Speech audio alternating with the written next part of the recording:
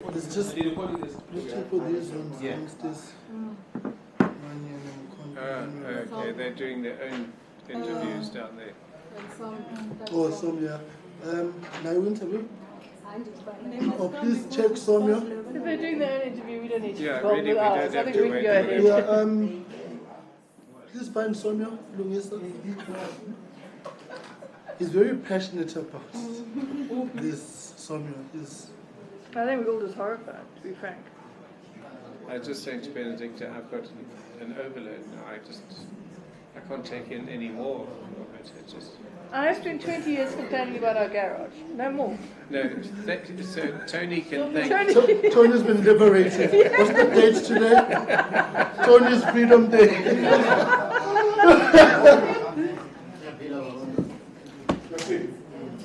I'm giving you my chair today. Lungi, ngicela usophele ubaba uSomi lesohlalo. Uthathe lesi uze nalesi. Who's phoning?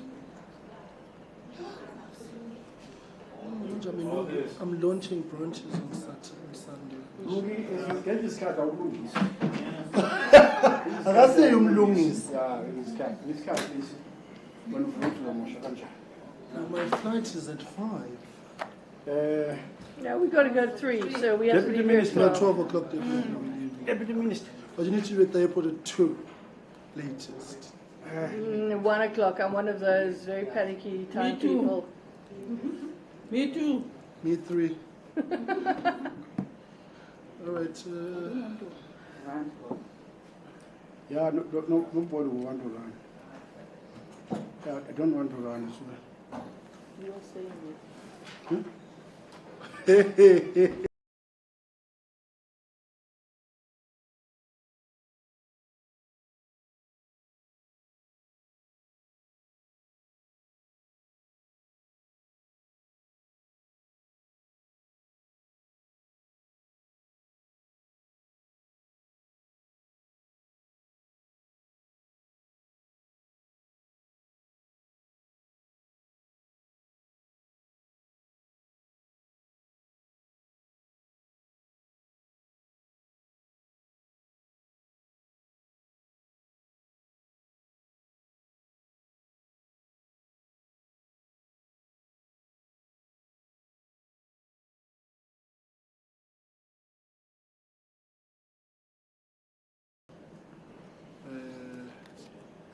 Thank you, colleagues, for a week-long's worth of work from ESCOM to Treasury and to now RAF. I want to thank you, Deputy Minister of Transport, for being here. We appreciate your presence. We don't take it lightly, particularly under the circumstances which currently prevail. To say we are horrified would be an understatement to the extent of the crisis which besits RAF, particularly in light of the observations that we have made today. Clearly this institution is in trouble. And I'm pretty certain that moving forward, we're going to prioritize visits to RAF centers throughout the country, because the picture of improvement which we receive from the executives and the board does not mirror what we see here today, does not mirror the public complaints that we receive, and the work environment here, to use a phrase from one of the employees, is toxic. Culture of intimidation.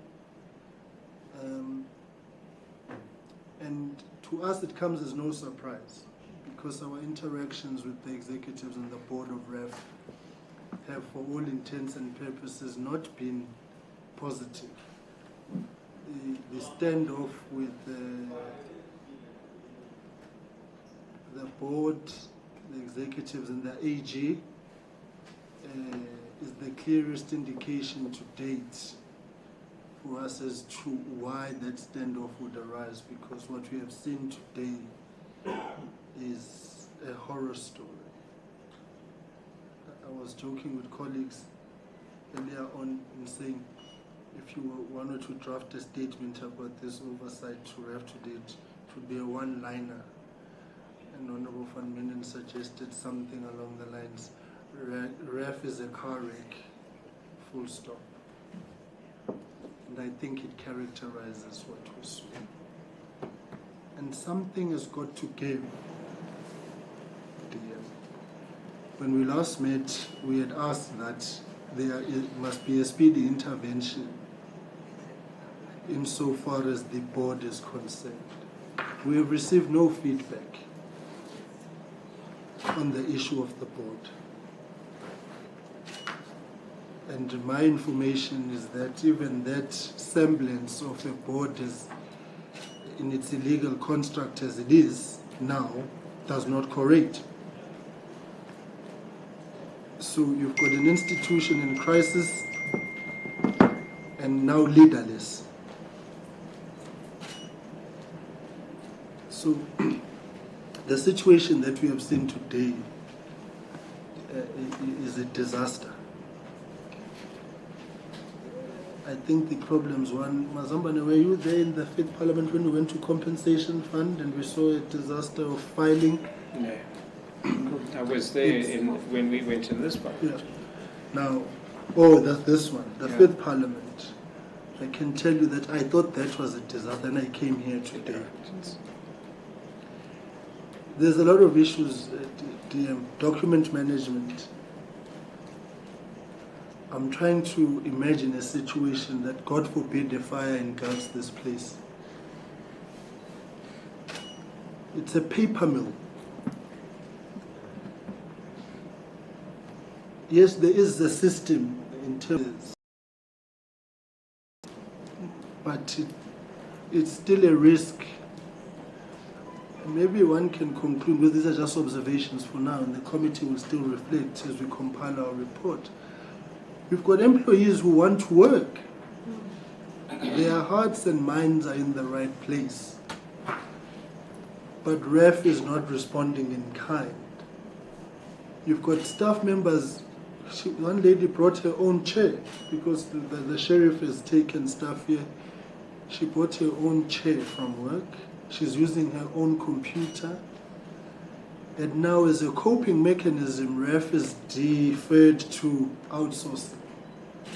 You are outsourcing, you've hired computers so that when the sheriff comes and they can't take that.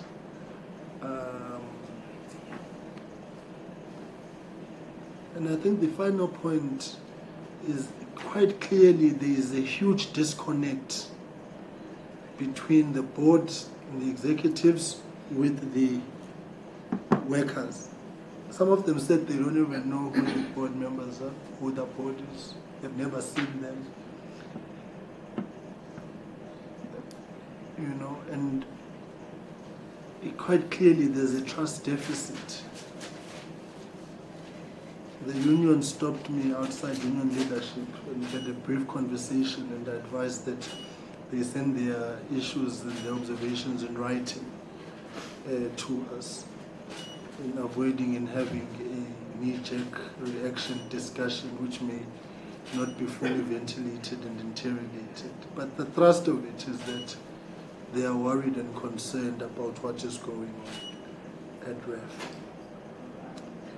So the situation is dire. The situation is dire.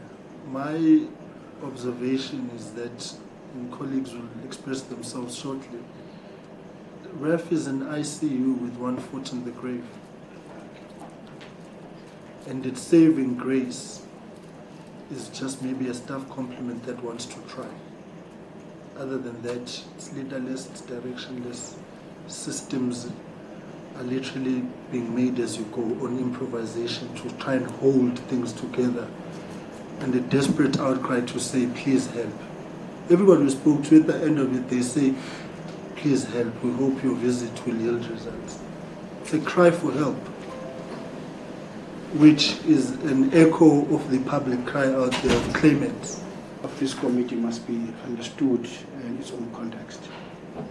We follow finances wherever the critical challenges, mainly after we've had interaction with the top management and the accounting authority, which is the board in this instance, would have wanted to verify some of the areas which are both of challenge, areas that they are tending to, and the actual instance of benefit to the communities, affected individuals, to receive this service in good time, in order, in a high quality instance. And that's why we made a choice of getting into the service center, not getting into the head office where the executives are. So you can see on ourselves and experience and touch what is actually being experienced by the employees here, those who process these claims, and the first hand who receive the claim, and the actual foot soldiers in ensuring that the taxpayer smiles when a bit of a cent is somewhat spent on those affected by the accidents. So thanks a lot that you are with us here. The various areas we have went into, in one office where in detail we have been briefed by those who ought to be in touch with the affected individual on the point of receiving a service in hospitals, whether it's in ambulances, and how that gets into the mill of the claim. In there, you have competent staff. What we have heard, myself and Honorable Lias, I want to assure that the staff which is handling that bit of work is a very competent and agile individuals. There are areas which are of discomfort even to them. The desks that they used to have are no longer there. That has pushed them to allow people to work from home. And the risk of doing so, the files must follow the individuals who are working from home, and the risk is that some of the files might be stolen somewhere and pose a further risk into the processing of a serviced, suitable service to those who are affected. The second area is the area which has something to do with those who ought to be visiting those centers, hospitals, when incidences hit and affect those who are transported to various areas. And that service is no longer in existence. And the risk there is that the claims that might come from the lawyers, individuals, might at times reflect something which is more exaggerated than the actual situation which affects the claimants. And the impact is therefore huge in the fiscus. So it might be that it's within your own interest, your purview to deal with some of those areas that you have found. And the third area which I've paid attention to was on those who are receiving and processing legal claims. Even there, you have young people who feel that they make contribution into the system. But the instruments they are using, whether talking about the computer system and the actual total load in as far as affecting that, is something which is neither here and not there. The piles of files that they receive, they ought to attend to with speed, but unfortunately, they can't do so because the tools of trade do not allow them to do as such. And such matters ought to be somewhat attended one way or the other. Someone said something which touched me. One lady who is working with legal processing claim, finalized claims, said, you see, here today it's on Friday. I'm going home. I'm returning on Monday. My desk is tagged by the sheriff. On the 27th of this month, the sheriff might come in and pick the desk I'm working from. the chair I'm sitting on, what the chairperson has said. And that gets deeper into the morale of the staff in terms of processing the claims which they are supposed to work on. So the environment is a bit toxic in that exercise. But the closure of our visit was, I was a bit excited to see their filing area, where there's some form of a positive in as far as the filing system is concerned. Though we would want to see a better standard in terms of archiving. You see, because when you deal with documents, for their life to be prolonged, even the building which ought to be keeping such information ought to be often upkeep which is different from any other building, because the information fizzles out because of heat, because of age, because of mood. And if you get there, you might find out that they lose some critical information on their files just because of such. But gentlemen are working, they are very agile, very effective. They will take you into a point of saying where the file is being called. But the tension which ought to be here is immense, and the call upon those who manage this whole thing ought to be called in order. Personally, I'm very happy that we have came here, because our service as Parliament is to identify, verify, and feed back into the executive to say, please attend to these various areas, because this is a center which ought to be of a critical service to our own community. So my plea to you and your department is that if you could apply some sense of urgency to attend to these matters, a change could be somewhat imminent in as far as improving the standard of work in the area. So the feed into the negativity where we work should not be enjoyed. Because our task is the task of saying, executive, be on your toes, make those who are representing you and your offices to be responsive into these kinds of things. So your board, your management, executive management in the area must begin to act on things substantively. The High Court in the North Gauteng has since identified a number of judges who have to focus on RAF default issues, which is indicative of a huge challenge which RAF faces.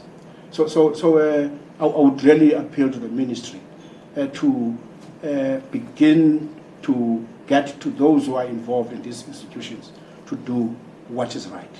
And we can't throw everything away because this institution ought to service those who are impacted highly in terms of their own body and limb.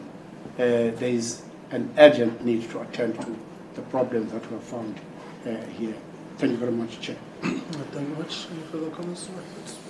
They're waiting years and years, and they're not getting them. Another aspect is that the Road Accident Fund at our meetings has repeatedly complained about the high legal costs. But indeed, the high legal costs are exacerbated by the complete lack of any attempt to deal with the claims that are coming in. And so you have literally thousands of default judgments. Default judgments go with high legal costs.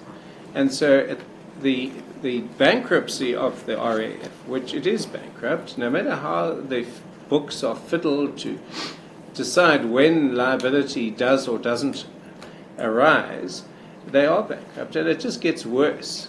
And in the end, the taxpayer will have to come in and bail out the RAF. So beneficiaries are not getting what is due to them. It's costing the RAF and therefore the taxpayer massive amounts of money in legal fees resulting from poor administration in the RAF. There may be cases of legal practitioners overclaiming and so on. But if the administration here is doing its job properly, those will be identified largely and they will be eliminated. So, Mr. Chairman, it's a really depressing day in that sense.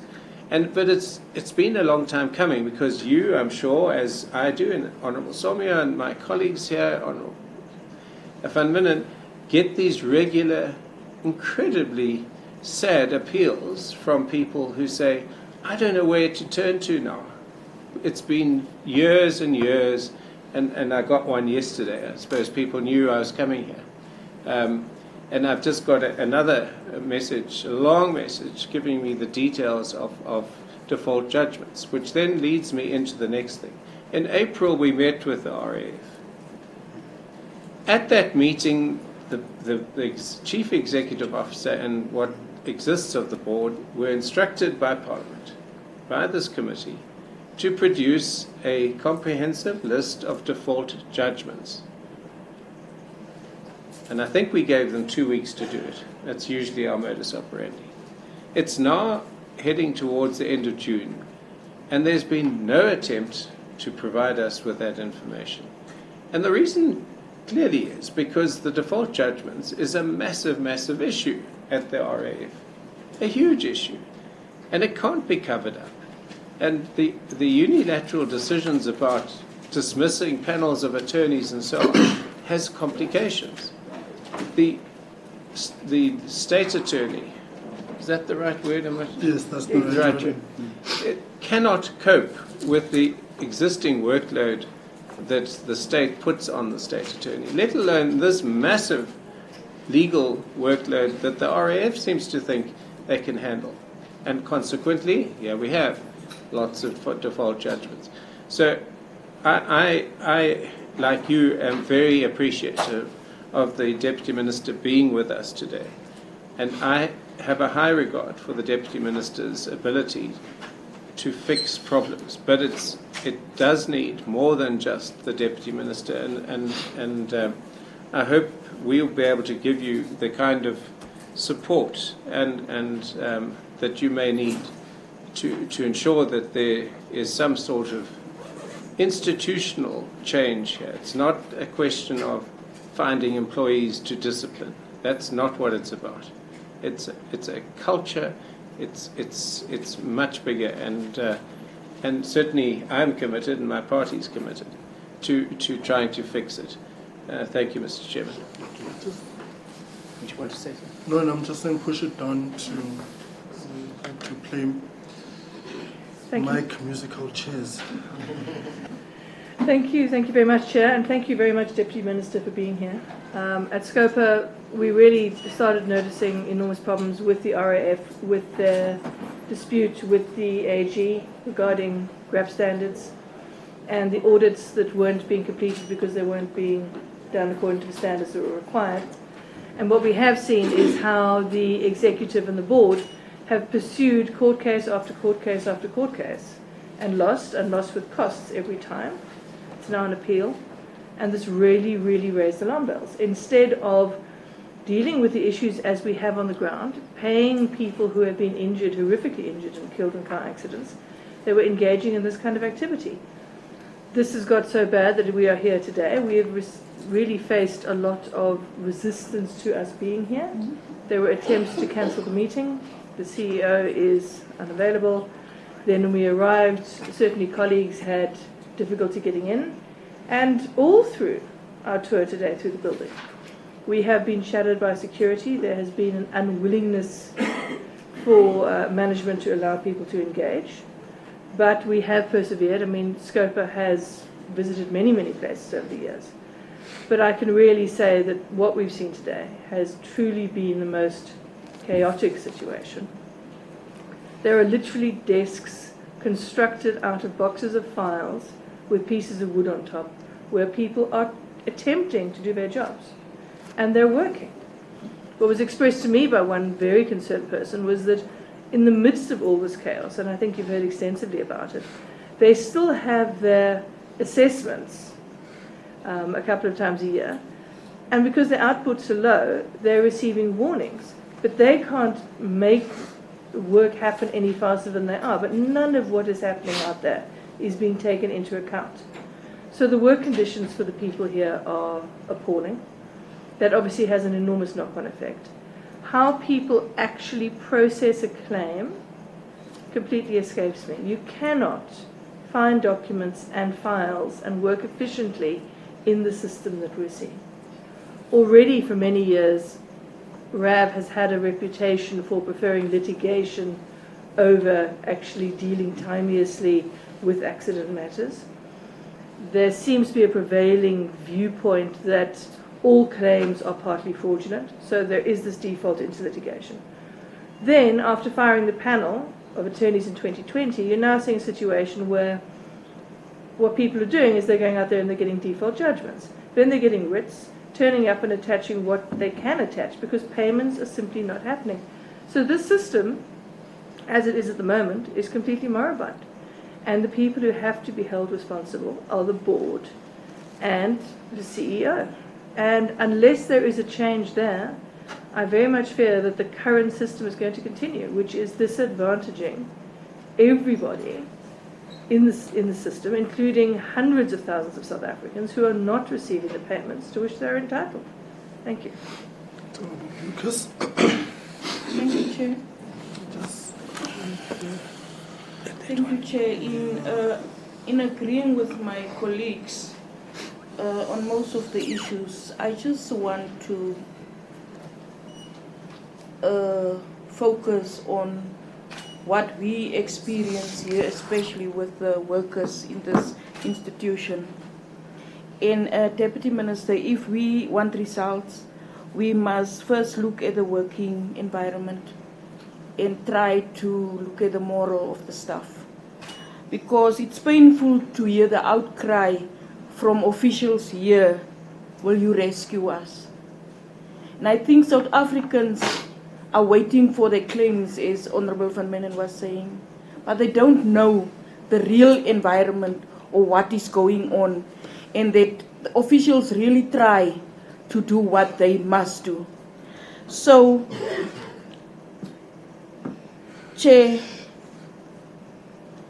to have happy workers, we must, and effective outcomes, and to bring results, we must really change the environment.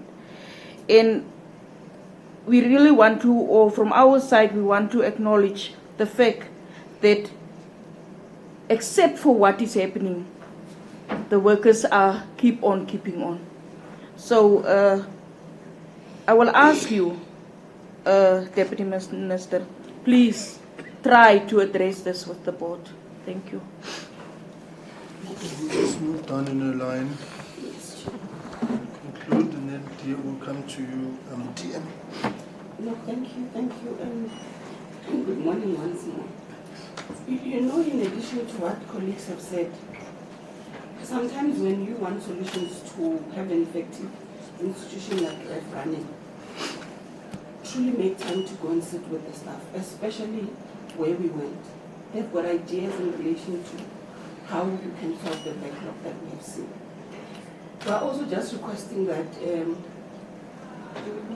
I want to re-emphasize that we don't take kind to how from the board, even to the office of the CEO, we have been treated as a committee, and that we've got a responsibility to ensure that we conduct oversight. For example, even if the board chair was not here, they could have delegated somebody else, if you get what I'm saying. And that is going to make things very difficult for us moving forward. Please ensure that the requests that we had given them when we met them in April are met. We were still requesting for that data sheet so that we can be able to move forward and work. But let's focus also on motivating the employees. They are so demoralized. And let's close the gap between yourselves and them so that there can be efficiency and we can be able to assist the institution to continue to give our people claims.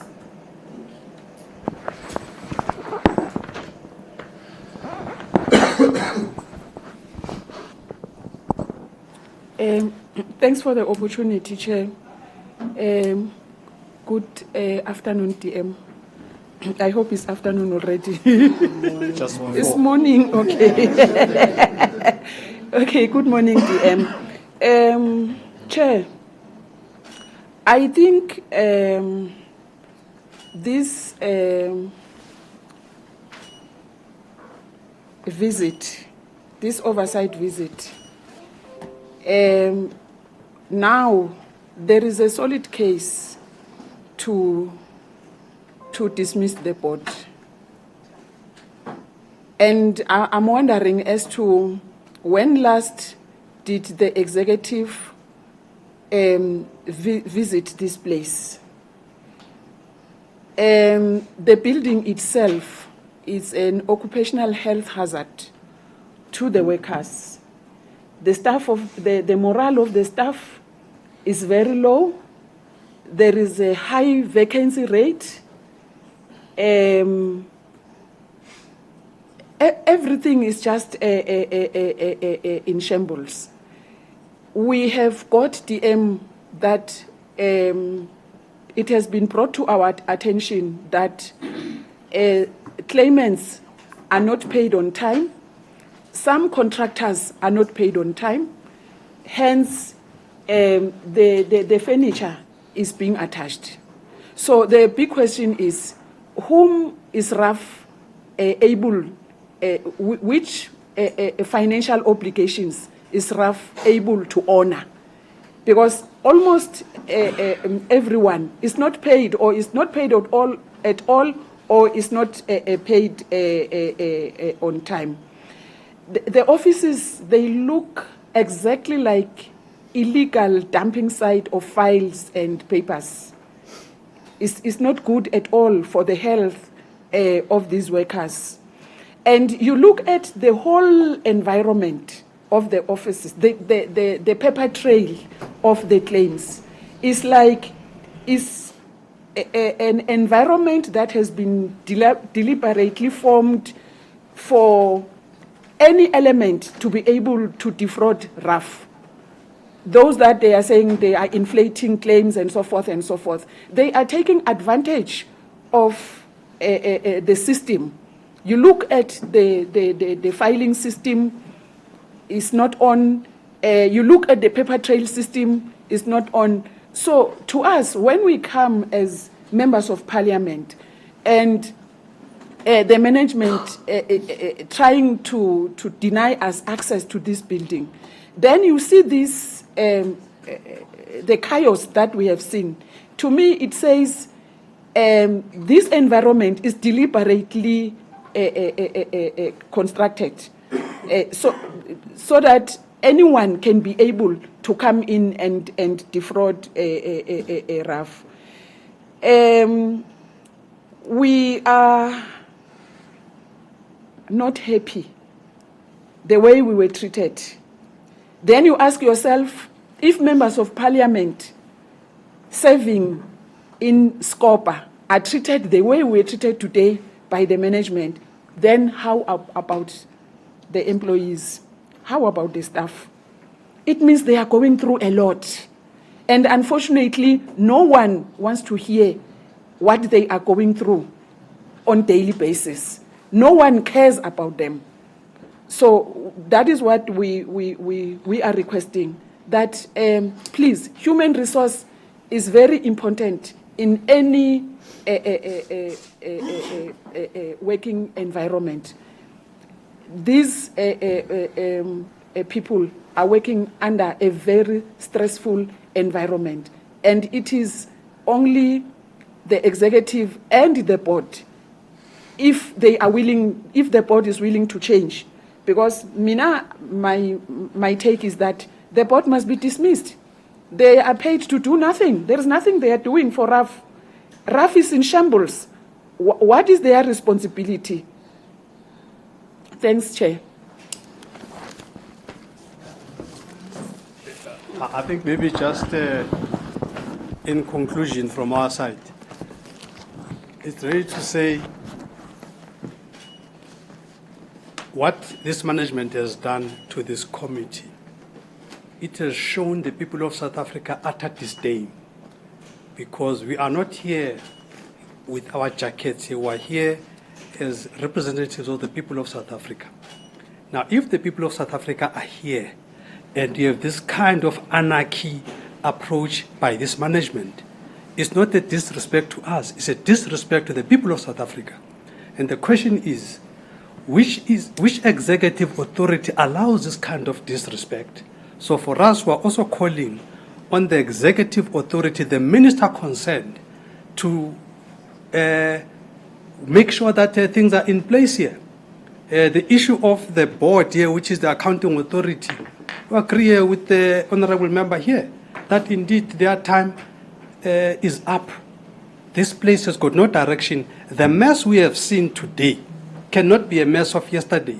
What has been the executive authority been doing all this time? In this whole time, it's not a mess of yesterday. There's boxes everywhere. There's filing under the tables, there's filing on top of the tables, there's filing on the passages, there's filing in the basement, there's not even place for cars to park. In my whole life, I've never seen such a mess. So indeed, to be having something called a board overseeing this kind of a mess is a real disaster that we've seen. And so indeed, I think the honourable members have said everything that needs to be said. Thank you, Chair. Chair, there's issues that some colleagues have raised which are supposed to be deadlines.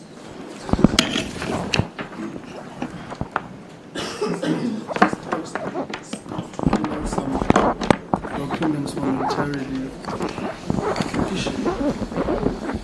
I must tell you, media houses to buy projecting mics. Gentlemen, this thing of mic shuffling going on here. Transformation.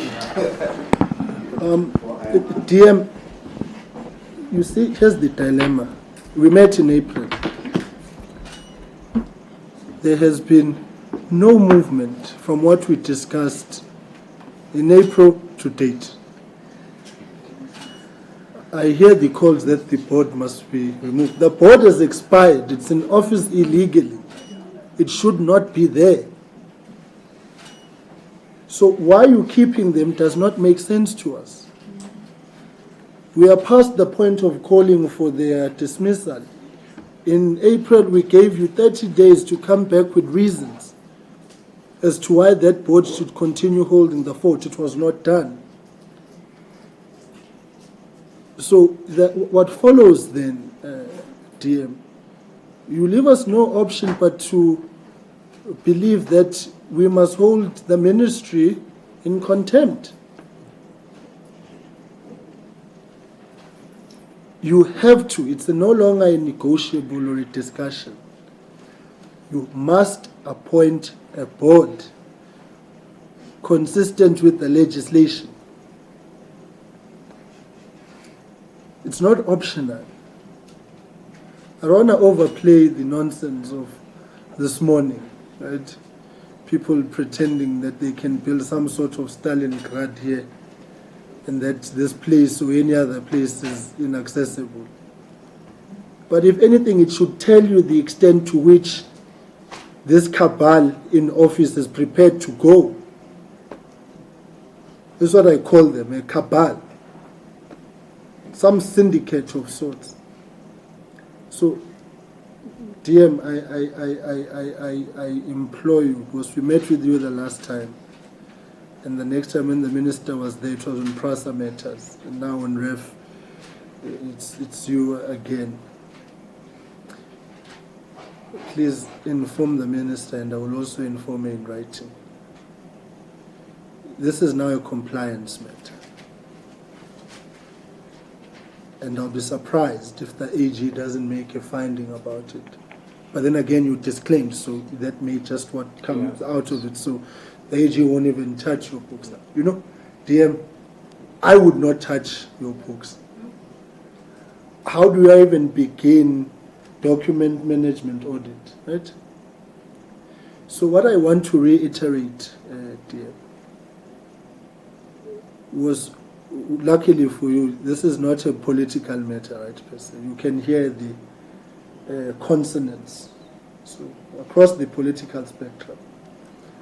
It's a public finance management issue.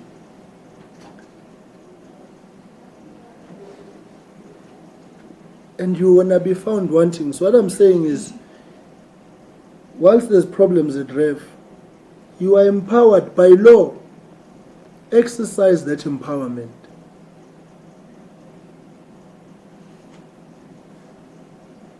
This building is a risk on many fronts. In fact, not many, on every front. Third point,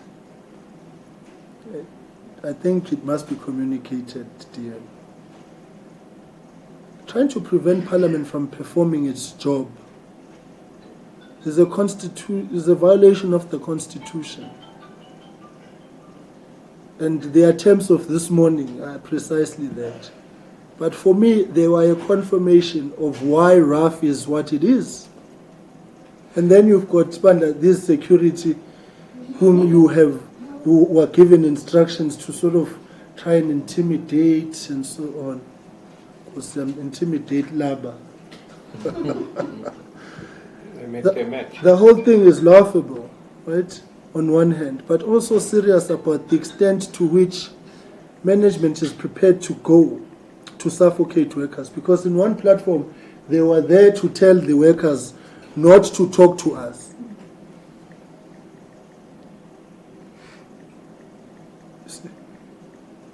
So I'm really trying, what I'm trying to get at, DM, that as we are seated here, you are disclaimed.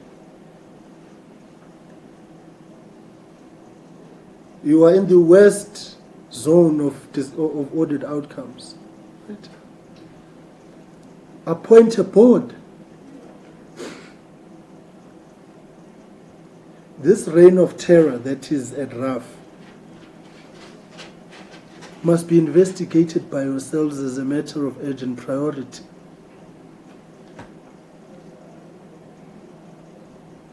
In fact, I would even go far as saying there may be a need here for a full-scale forensic investigation of what's going on at RAF. Along the lines that the financial management is inconsistent with the law on one part, but also the HR matters are probably the worst. People are suspended willy-nilly without due process.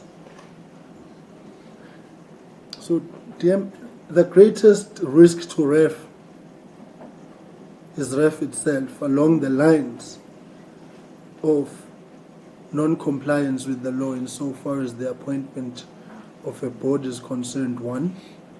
Two, if you allow this situation to persist, I hate to make the indictment, we'll have no other choice but to conclude that you are complicit. So I think we are past the point of negotiations and requests. So we would like, DM, a detailed response to the issues we raised in April and the issues we are raising now in 30 days from the executive authority. We've got no interest in talking to the board because it's illegal. Any further engagement with them on our part, we are complicit in aiding and abetting an illegal structure being in office. We are distancing ourselves from them. And their attempts this morning, as a board and the executive combined, confirm our position. Appoint a board. And I think what we said to ESCOM colleagues, get out of the boardroom, get out of head office, go to operations where things are taking place. If we can make these observations in the few hours that we have been here, I want to believe that you can make greater strides as the people who are in that space daily.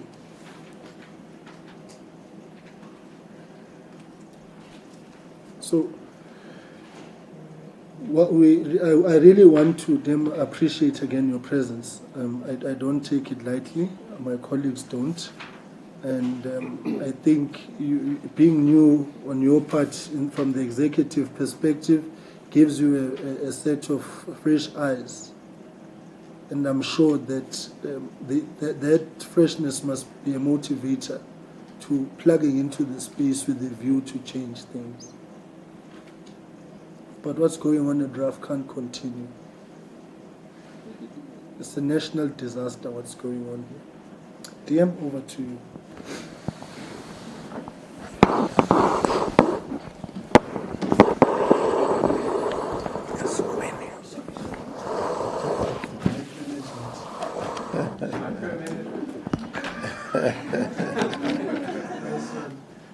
No, Chairperson of SCOPA, colleagues, thank you very much for the feedback, firstly. And secondly, I appreciate your acknowledging my being with you, although I don't think it was necessary, because in my view, I'm obligated to respond to parliamentary oversight. I don't see it as a choice. I don't see it as anything. Hence, I've been here. I committed to wait for you to do the walkabout and come back, and I'm grateful for the honest, brutal feedback as it is. As you rightfully say, it comes across political lines, which shows its honesty. They always say hindsight is the best science. I was scheduled to have been here myself yesterday, but due to the reasons that would have been advanced to yourself as to why you shouldn't come, those were the reasons advanced to me. So I acceded to the request not to come. I was intended to have been here yesterday, but this gives me the resolve that I should come here even quicker than I thought I would. But it gives me a basis at least to have where to start and so forth. So I truly appreciate it. And I do apologize, Chair and the committee, for the response that didn't come. I will immediately prioritize it. I do appreciate the time that is given, but I will endeavor and I commit that it should and it will be shorter than the time you are giving, given that we have already defaulted on an original thing. I profusely apologize for that. As I said, the role of SCOPA and the role of oversight for me is sacrosanct. And it should not be questioned whatsoever.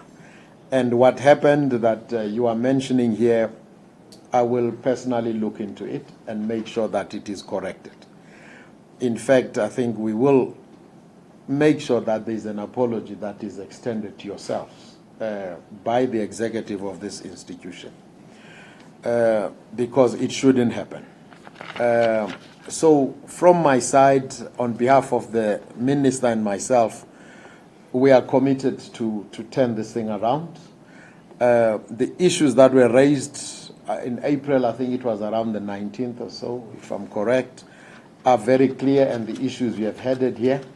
And without re-agitating them or trying to repeat what were there, because I think it's straightforward, you have my 100% commitment of the ministry to get into this thing, and we will. And once more, as you said, that it will mean more engagement with RAF, visiting RAF, wherever the executive ourselves is needed to be there. You can be assured that we will be with you. We'll make sure that when necessary, we come to where we are expected to come, and make sure that we give the answers, because this is part of oversight to ourselves, not only as RAF, but also to us as the executive. So thank you for the feedback. The deadlines will be met. I personally commit to that, and we will do that. Thank you very much. Thank you. Thank you very much. Thank you very much for a good week. We are tentatively scheduled for the 4th and 5th. We are waiting approval from the presiding officers on our one-day oversight with PRASA, DOT, Human Settlements, HDA, City of Cape Town, Western Cape Provincial Government, to deal with the relocation of persons who are living on the railway lines. So that is tentatively for the 5th. The oversight will be day 1, the meeting will be day 2. So it's a 2-day engagement in Cape Town because the PRASA matters continue to be a problem. We advise some monies have been transferred from one department to another, and so there's a lot of movement of funds, but not the people. So money is moving, but not the people. So we are in recess, colleagues, but the special application has gone in, given the urgency of that matter. So again, I'm sure Monday, Tuesday, you will receive an invite confirming that, but tentatively the dates of 4 and 5. 4 and 5 or 5 and 6? 4 and 5. Right, too many dates in mind. 4 and 5 colleagues in Cape Town. On that note, I've said thank you for a good week, and I wish you all safe travels as we go back to our respective places.